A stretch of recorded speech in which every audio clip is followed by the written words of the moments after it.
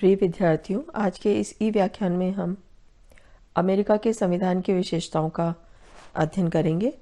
इससे पूर्व के व्याख्यानों में हमने अमेरिका के संविधान की संदर्भ में अध्ययन किया और विशेषताओं के संदर्भ में ये दूसरा महत्वपूर्ण व्याख्यान है। अभी तक हमने 7 विशेषताओं का अध्ययन किया है। अमेरिका के संविधान की जो 7 प्रमुख विशेषताएं इससे पूर्व हमने पढ़ी हैं, उनमें सबसे पहली है कि ये सबसे पुराना लिखित संविधान है, ये संक्षिप्त आलेख है, जन प्रभुत्व पर आधारित संविधान है, संविधान की सर्वोच्चता को स्थापित किया गया है, प्रजातांत्रिक गणराज्य है, संघात्मक शासन प्रणाली को अपनाया गया है और ये कठोर संविधान है। आज उन्हीं विशेषताओं से आगे हम अन्य विशेषताओं का अध्ययन करने जा रहे हैं। 8वीं प्रमुख विशेषता है न्यायपालिका की सर्वोच्चता। संयुक्त राज्य अमेरिका में संविधान की सर्वोच्चता को स्वीकार किया गया और इसे वास्तविक रूप देने के लिए व्यवहार में न्यायपालिका की सर्वोच्चता स्वीकार की गई है। यहाँ उल्लेखनीय है कि संविधान ने न्यायालय को न्यायिक पुनरीक्षण का अधिकार नहीं दिया है, किंतु न्यायालय द्वारा अपने अधिकारों के कुशल प्रयोग के लिए आवश्यक था और इसे न्यायालय ने सन 1803 ईस्वी में मार्बरी बनाम मेडिसन नामक मुकदमे के दौरान एक व्याख्या द्वारा प्राप्त किया। मुख्य न्यायाधीश मार्शल ने बताया कि न्यायालय के पास न्यायिक पुनरीक्षण का अधिकार है और वह एक संवैधानिक अधिकार है। मार्शल का तर्क था कि संविधान सर्वोच्च है, अतः न्यायालय की दृष्टि में जो कानून या आदेश संविधान के विरुद्ध है उन्हें न्यायालय लागू नहीं करेगा। अगली प्रमुख विशेषता है अमेरिका के संविधान की कि संविधान सीमित शासन के सिद्धांत पर आधारित है। अमेरिका की आज़ादी की लड़ाई ब्रिटिश शासन की क्रूरताओं के विरुद्ध थी, अतः जब स्वतंत्रता प्राप्त अमेरिका में नए संविधान की स्थापना की गई तो उन्होंने ऐसी सरकार की स्थापना करने की कोशिश की जो व्यक्ति की स्वतंत्रता पर कम से कम नियंत्रण लगाए। इस दृष्टि से वे लॉक एवं मॉन्टेस्क्यू की उदारवादी विचारधारा तथा उनके द्वारा प्रतिपादित शासन के सिद्धांतों से प्रभावित थे, अतः उन्होंने सीमित शासन के सिद्धांत को स्वीकार किया। 10वीं प्रमुख विशेषता है नागरिकता एवं मताधिकार। मूल संविधान में नागरिकता की परिभाषा नहीं की गई और न यही बताया गया कि इस संबंध में केंद्र व राज्यों की क्या स्थिति होगी, अतः इस संबंध में 14वें संशोधन द्वारा इसकी प्रावधान किए गए हैं और ये संशोधन पारित किया गया। इस संशोधन के अनुसार संयुक्त राज्य अमेरिका में 3 प्रकार से नागरिकता प्रदान की जा सकती है। 3 प्रकार से प्रावधान इसमें किए गए हैं। प्रथम, वंश के आधार पर नागरिकता उन सब बच्चों को दी जाती है जो अमेरिकी नागरिकों की संतान है। द्वितीय, उन विदेशियों के बच्चों को भी संयुक्त राज्य अमेरिका की नागरिकता प्राप्त होती है जो अमेरिका की भूमि एवं अधिकार क्षेत्र में जन्म लेते हैं। तृतीय, देशीकरण द्वारा नागरिकता भी प्रदान की जाती है। इस प्रकार की नागरिकता निश्चित शर्तों के अंतर्गत दी जाती है। संयुक्त राज्य अमेरिका में मताधिकार पर राज्यों का नियंत्रण है। विभिन्न राज्यों ने इस संबंध में विभिन्न व्यवस्थाएं की हैं, अतः वहां सभी नागरिकों का मताधिकार समान नहीं है।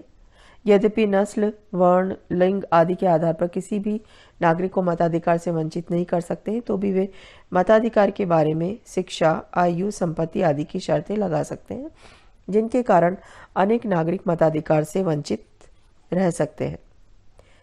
11वीं प्रमुख विशेषता है नागरिकों के मूल अधिकार। मूल संविधान में पहले 10 संशोधनों द्वारा नागरिकों के मौलिक अधिकार प्रदान किए गए हैं, जिन्हें सामूहिक रूप से अधिकार पत्र कहा जाता है। इसके अतिरिक्त 13वां, 14वां, 15वां संशोधन भी नागरिक मौलिक अधिकारों से संबंधित है। इन संशोधनों के द्वारा प्रत्येक नागरिक को आवश्यक अधिकार मिले हैं और राज्य के संभावित अत्याचार से उसे सुरक्षा दी गई है।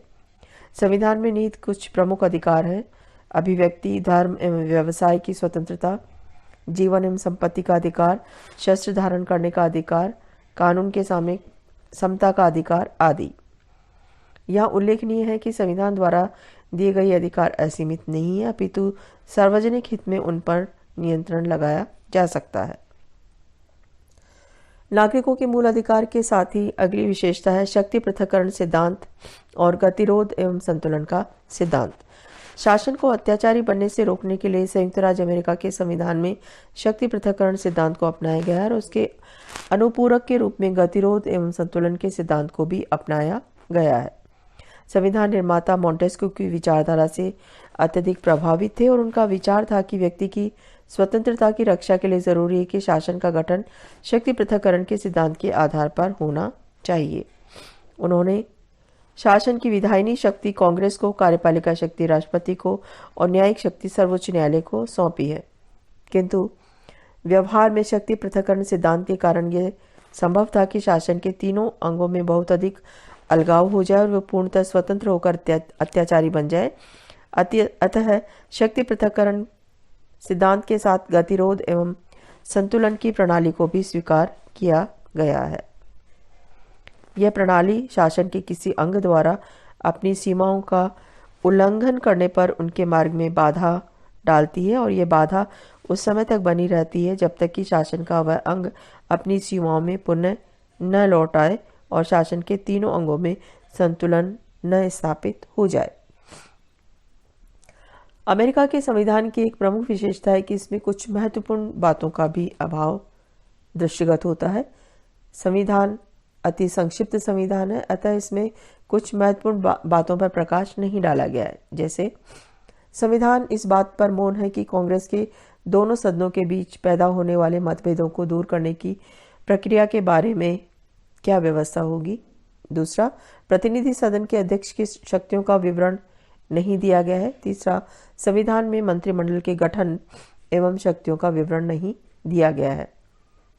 किंतु यहाँ यह भी उल्लेखनीय है कि संविधान की इन कमियों को उसके विकास द्वारा पूरा किया गया है।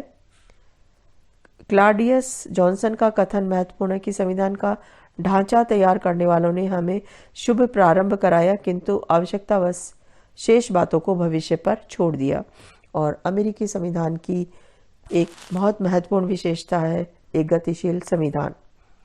यद्यपि इस संविधान का निर्माण 18वीं शताब्दी में हुआ और इसे तत्कालीन परिस्थितियों के अनुरूप ही बनाया गया था, तो भी यह संविधान आने वाली नई परिस्थितियों का सामना करने में समर्थ रहा है। वस्तुतः इसने बदलती परिस्थितियों के अनुसार स्वयं को ढाला है, अतः इसे गतिशील संविधान कह सकते हैं। अपने इस गुण के कारण ही कृषि युग का यह संविधान आज के औद्योगिक युग में भी कुशलता से कार्य कर रहा है तथा व्यक्तिवादी दर्शन से पैदा होने के बावजूद समाज कल्याण की जिम्मेदारी को स्वीकार कर रहा है। संविधान ने स्वयं बदलती परिस्थितियों के अनुसार ढालने के लिए अभिसमयों, प्रथाओं, राजनीतिक दल, प्रणाली, संवैधानिक संशोधनों आदि का सहारा लिया है। उपरोक्त विवरण या इस व्याख्यान से ये स्पष्ट होता है कि संयुक्त राज्य अमेरिका का संविधान विश्व के संविधानों में विशेष महत्व रखता है। यद्यपि हम लॉर्ड ब्राइस से पूर्णतः सहमत होते हुए भी यह तो नहीं कह सकते कि विश्व के लिखे संविधानों में सर्वश्रेष्ठ है, तो भी यह मानना उचित है कि अनेक दृष्टिकोणों से इस संविधान की प्रशंसा की जा सकती है। यह कहना भी उचित होगा कि इसने अनेक राज्यों को उदारवादी प्रजातंत्र की स्थापना की प्रेरणा दी। यह विश्व का पहला संविधान है जिसने लिखित संविधान, सीमित शासन के सिद्धांत, अध्यक्षात्मक शासन, संघात्मक व्यवस्था, शक्ति पृथक्करण सिद्धांत, नागरिक मौलिक अधिकार, न्यायिक पुनरीक्षण आदि को अपनाया है और यह संविधान बदलती राजनीतिक परिस्थितियों एवं आवश्यकताओं के अनुसार स्वयं को विकसित करने में भी सफल रहा है।